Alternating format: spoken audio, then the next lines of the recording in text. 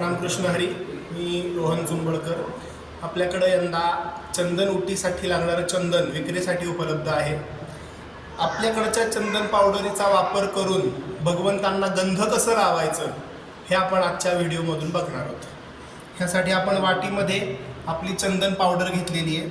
चंदन powder प्रथमतः मळायची कशी इथपासून आपण सुरुवात करत आहोत. पावडर आपण वाटीमध्ये घेतलेली आहे. त्यात अगदी थोडं थोडं अलगद आपण कणिक मळताना कसं पाणी टाकतो तसं पाणी टाकायचं आहे. थोडंसं पाणी टाकून बोटाने आपण ते कालवून घेतो आहे. जर पाण्याची अजून आवश्यकता वाटली तर आपण त्यामध्ये अजून पाणी घालणार आहोत. अगदी बेतानं थोडं थोडंच पाणी घालायचं आहे. जास्त पाणी घातलं तर ते गंध जास्त पातळ होण्याची शक्यता आहे. त्यामुळे जास्त पातळ न करता आपल्याला होता होईतो मध्यम कन्सिस्टन्सीचं गंध तयार करायचं आहे, किंवा आपण म्हणू शकतो गंध मळून तयार करायचं आहे. आपण बघू शकतो पाणी अगदी व्यवस्थित मापात पडलेलं आहे. साधारणपणे शाळेमध्ये लहान मुलं क्ले जो वापरतात वेगवेगळ्या निरनिराळ्या वस्तू बनवण्यासाठी, शाळेमध्ये जो क्ले वापरला जातो त्या क्लेच्या कन्सिस्टन्सीची आपण ही उटी मळून घेतोय. हा आपण बघू शकतो उटीचा छान असा व्यवस्थित अगदी कन्सिस्टन्सीचा गोळा तयार झालेला आहे. असा एकत्र व्यवस्थित तो पकडून राहतोय असा गोळा तयार. ही आपली पूर्वतयारी पूर्ण झालेली आहे. अतिशय परफेक्ट कन्सिस्टन्सीचा असा गंधाचा व्यवस्थित मळलेला गोळा आपण तयार करून घेतलेला आहे. ह्या गोळ्याची पहिली पूर्ण सरळ अशी रेष आपण तयार करून घेतोय. खाली टोक निमुळत होत गेलेलं आणि वरती साधारणपणे थोडा मोठा असा गोळा आपण उभी रेष सरळ अशी तयार करून घेतलेली आहे. ती देवाच्या कपाळावरती लावायची आहे.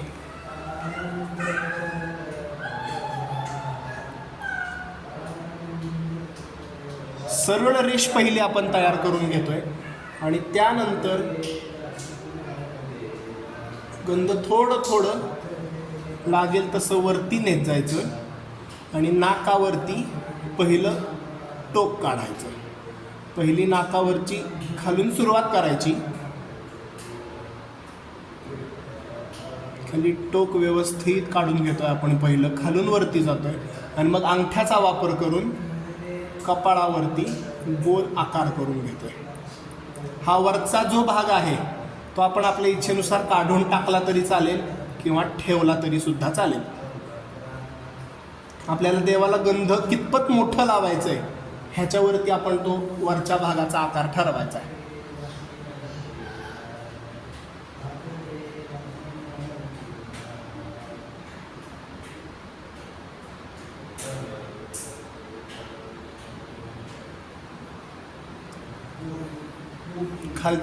खालचं टोक नाकावरचा भाग व्यवस्थित तयार करून झाला मग पुन्हा त्याला हात लावायचा नाही आहे. वरचा कपाळावरचा भाग आपण व्यवस्थित गोल आकारात तयार करून घेत आहोत. आता इथं तुम्हाला प्रश्न पडू शकतो, हा असा आकार का केलेला आहे वरच्या भागात? लक्षात घ्या, हा इथून जो वरचा भाग आहे तो वरचा भाग देवाच्या मुकुटानं झाकला जाणार आहे. किंवा जर तुम्ही मुकुट घालणार नसाल, आता आज बघू शकता आमच्या देवाला आज मुकुट घातलेला नाही आहे. चांदीचा मुकुट आहे जो देवाचा, तो फक्त एरवी सणासुदीला एकादशीच्या दिवशी वगैरे घातला जात असतो. आज बिगर मुकुटाचंच आहे. देवाचा अंगचा जो मुकुट आहे हा एवढा भाग जो आहे तो अंगचा मुकुट आहे. आणि देवाचा हा मस्तकाचा भाग जो आहे तो महादेवाचं प्रतीक आहे, शिवलिंग आहे असं आपण म्हणू शकतो. अशी वारकरी संप्रदायात मान्यता आहे. महादेवांना भगवंतांनी आपल्या मस्तकावरती स्थान दिलेलं आहे. आता जसं जसं आपल्याला लागेल त्याप्रमाणे थोडं थोडं गंध घेऊन वरचा जो पूर्ण गोल आकार आहे तो आपण पूर्ण करूयात.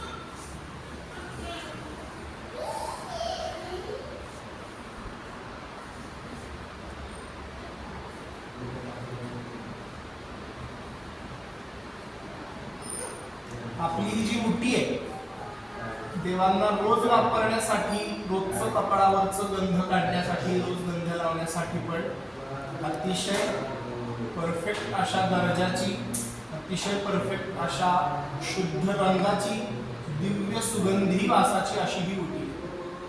असा आपण देवाच्या गंधाला आकार देतो आणि आपण बघू शकतो सुंदर असा गोल आकार तयार झालेला आहे.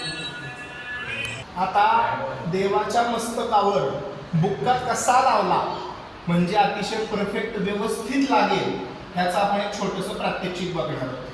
बुक्का लावताना सर्वात महत्त्वाची चूक आपण अशी करतो ती म्हणजे कोरडाच बुक्का असं बोटावर घेतो आणि देवाच्या चंदनाच्या गंधावरती लावून टाकतो. ही चूक आपल्याला कधीही करायची नाही. ही आपली मळलेली शिल्लक राहिलेली उटी आहे, त्याच्यातून अगदी थोडीशी उटी पहिले हातात घ्यायची आणि ह्याच्यानुसार आपल्याला जसं गंध लावायचं देवांना त्यानुसार त्याचा आकार बनवून घ्यायचा. आता मला देवाला उभ्या आकारामध्ये बुक्का लावायचा आहे म्हणून मी त्यानुसार हातावरती पहिल्यांदा तो आकार बनवून घेतोय. लागत तसं थोडंसं पाणी घेऊन चंदनाचा जो आपण गंधाचा गोळा बनवला आहे त्या गोळ्यानेच पहिल्यांदा हातावरतीच मी जसा आकार मला हवा आहे तसा बनवून घेतोय. नंतर हा बनवलेला आकार देवाच्या आहे या गंधावरती व्यवस्थित मधोमध असा लावून घ्यायचा आहे.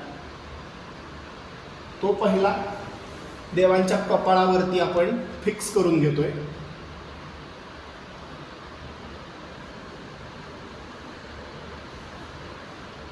देवाला बुक्का लावताना आपण फार मोठी चूक करतो ती म्हणजे असा कोरडा बुक्का आपण बोटाला घेतो आणि असंच डायरेक्ट लावायला जातो.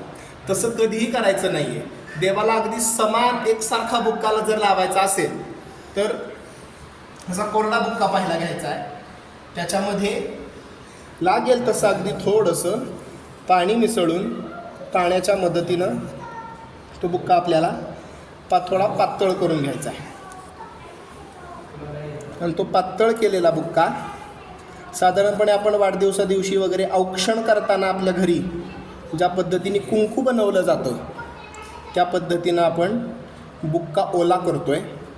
आणि हा ओला केलेला बुक्का हे जे पहिलं चंदनाची उभी आपण रेष देवाच्या मस्तकावरती बनवलेली आहे त्याच्याच वरती हे ओला केलेला बुक्का आपण लावतोय.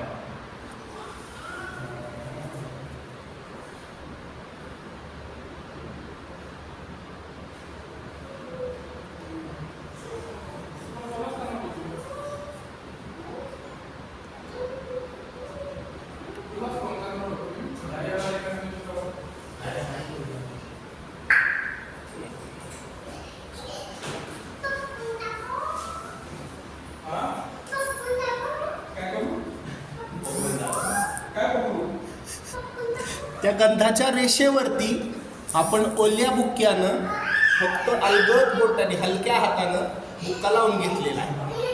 ह्या पद्धतीनं देवाला बुक्का लावला जात असतो.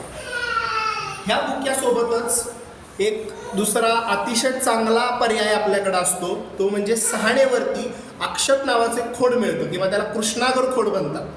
ते कृष्णागर खोड सहाणेवरती उगाळून लावल्यास ते अजून जास्त समान सलग व्यवस्थित लागलं जातं. पण कृष्णागराचा खोड सगळ्यांकडे उपलब्ध असेलच असं नाही.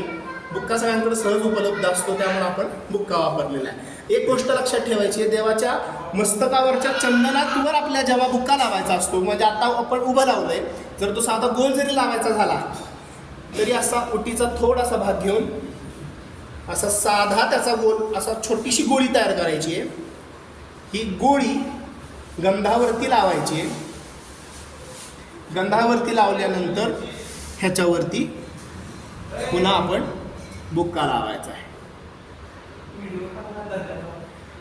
देवाला गंध लावण्याचे वेगवेगळे प्रकार आहेत. हे एवढं केल्यानंतर उभी रेष झाली, उभी रेषेच्या खाली लाल कुंकवाचा ठिपका देता येऊ शकतो किंवा कुंकवाची रेष देऊन खाली बुक्क्याचा ठिपका देता येऊ शकतो किंवा सोमवार असेल तर गंधावरती तुळशीचं बेलाचं पान लावता येऊ शकतं. एकादशी असेल, उपवासाचा दिवस असेल तर तुळशीचं पान लावण्याची देखील पद्धत आहे. असेच वेगवेगळ्या प्रकारचे गंध आपण देवाला लावू शकतो. चंदन उटीची पूड आपल्याकडे जी उपलब्ध आहे ती वापरून गंध देवाला कसा लावायचा ह्याचं प्रात्यक्षिक आपण बघितलेलं आहे. ह्या पुढच्या व्हिडिओमध्ये आपण देवाला पूर्ण उटी कशी लावायची ह्याचं प्रात्यक्षिक बघणार आहोत. रामकृष्ण हरी.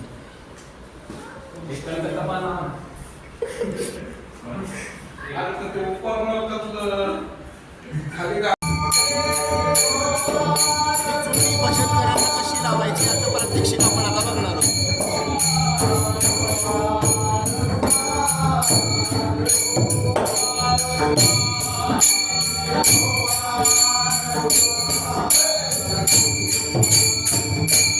अशा प्रकारे थोडीशी आपण साक्षर करून घेतो